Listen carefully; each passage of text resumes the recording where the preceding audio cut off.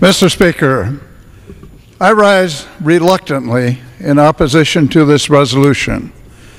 I say reluctantly because I had hoped to be able to vote in favor of something positive, a fresh perspective, a new idea, a new pathway to success, anything to encourage and foster a positive outcome in the Iraq conflict. But this resolution offers none of these things. It is a simple, almost meaningless, non-binding statement of disapproval that provides no constructive resolve on this daunting yet critical mission. My opposition is both procedural and substantive. I'm extremely disappointed that we only have this one simplistic, inadequate statement before us for consideration. No alternatives, no other ideas, no solutions. The situation in Iraq is complicated, and the American people deserve far more from Congress than a resolution that essentially calls for the status quo.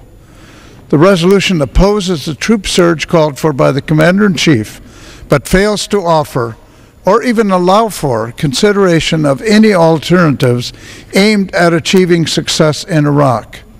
Nor does it offer an alternative aimed at a reduction of troops. There are other ideas out there worthy of consideration and discussion, yet we are not debating those, including those suggested by the bipartisan Iraq study group. For example, the study group concluded that there is no single action that the military can take that by itself can bring about success in Iraq. I agree with that assessment. Regardless of a troop surge, I believe a positive outcome in Iraq requires regional cooperation and positive engagement with all of Iraq's neighboring states. A case can be made for a troop surge, but even more, we need a surge in diplomacy to create an environment conducive for a lasting peace throughout the Middle East.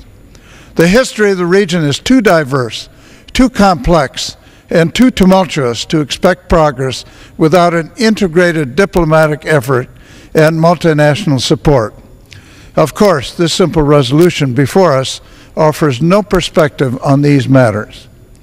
In a few weeks, this body will have the opportunity to vote on funding for ongoing operations in Iraq. Forget today's resolution. The vote on the supplemental funding bill is where the real debate will occur, and the policies will be laid forth. Make no mistake, a cutoff of funds and a premature withdrawal of troops from Iraq will produce even greater sectarian violence, further deterioration of security conditions, and would foment a terrorist breeding ground for radical Islamists. We, the members of Congress, must give our troops the resources they need to carry out their critical mission to a successful conclusion. In closing, let me say that we all unequivocally support the troops who are serving and who have served in Iraq, and we all deeply appreciate their efforts to carry out their duties. Every day I think about the 3,000 plus American troops who have died in Iraq and Afghanistan, and I pray for their families as well as for our troops that are there now.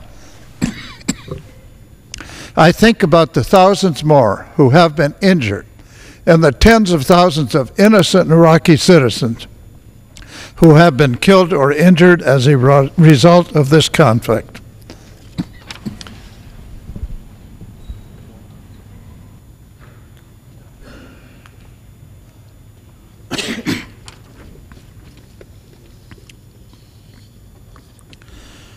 We must do all we can to ensure that those casualties were not suffered in vain. Above all, we must seek to end this conflict and stop the casualties. Simply put, the resolution we are debating offers no path to success, and that is why I oppose it. Thank you, Mr. Speaker. I yield back. The time of the gentleman has expired. For what purpose?